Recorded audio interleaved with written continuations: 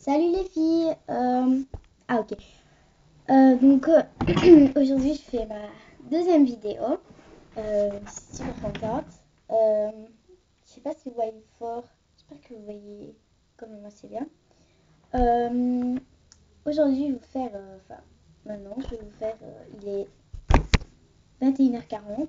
Je vais vous faire une vidéo de ces trois romans-là. Comme vous pouvez voir, il y en a un qui est beaucoup plus gros que les autres.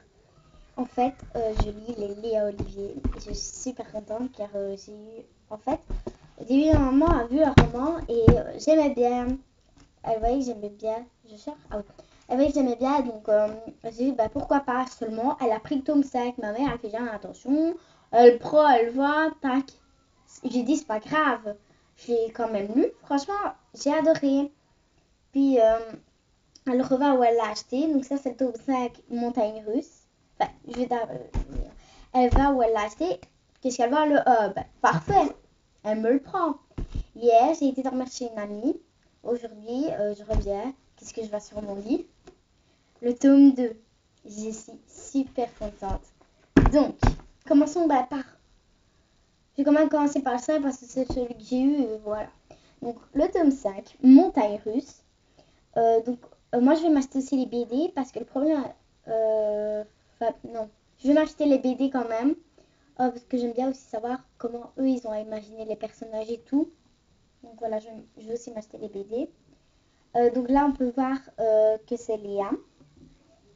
Oui, Léa. Voilà. Sur un vent. Donc c'est Montagne Russe. Donc le fond est beau, orange, comme ça. Donc tous par Catherine Girard-Audet. La couverture est très belle en elle-même. Hein, c'est très beau, c'est bien écrit comme ça. C'est tout le temps écrit par Gmail quoi. Et par exemple là, ils sont au GSM.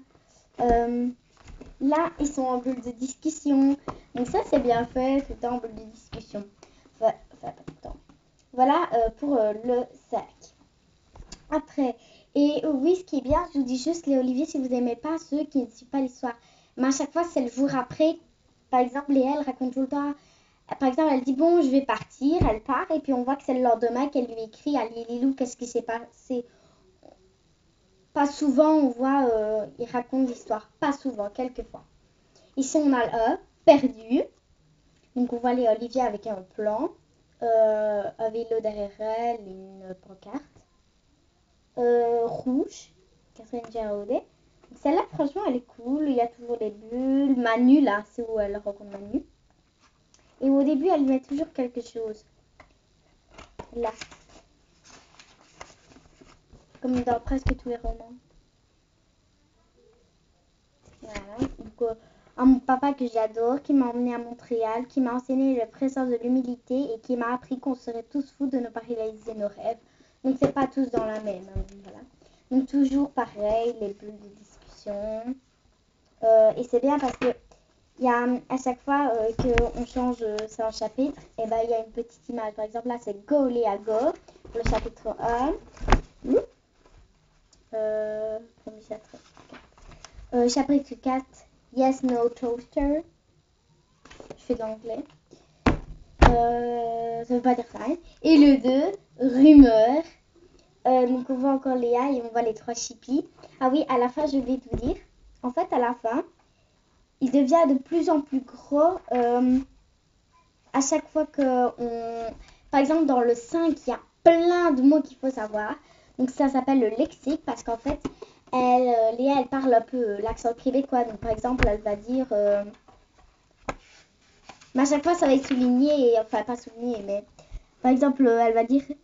grosseur, chic, chandail, être pogné, youpi, jazer, partie de fête, sous des sacoches, être en amour avec quelqu'un. Donc voilà, il faut quand même savoir. Maintenant, je commence à les savoir beaucoup mieux. Et à la fin, il y a toujours, par exemple, il montre ici Montréal, le quartier où ils sont là. Là, ils disent par exemple, on va parler de la tourtière de lac du lac Saint-Jean et la poutine italienne.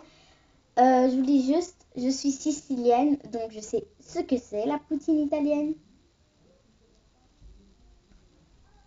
Mais en fait, c'est... attendez, je regardais parce que j'étais à une autre page, j'étais à celle-ci. Ça me fait penser à quelqu'un. En fait, la poutine, c'est du Québec. On appelle ça la poutine italienne parce que les Italiens l'ont repris et tout. Donc, voilà. Ça. Et donc, ils disent comment c'est. Donc, il faut quand même savoir. Donc, le 2, rumeur, je suis très contente. C'est toujours les mêmes choses. Il y a des bulles. Ah, je viens d'avoir un chapitre. Poutine italienne. Par exemple, le chapitre 5, poutine italienne. Voilà. Donc, je suis impatiente de lire le 2. Voilà. Donc, j'espère que cette vidéo vous aura plu. Et à bientôt les filles!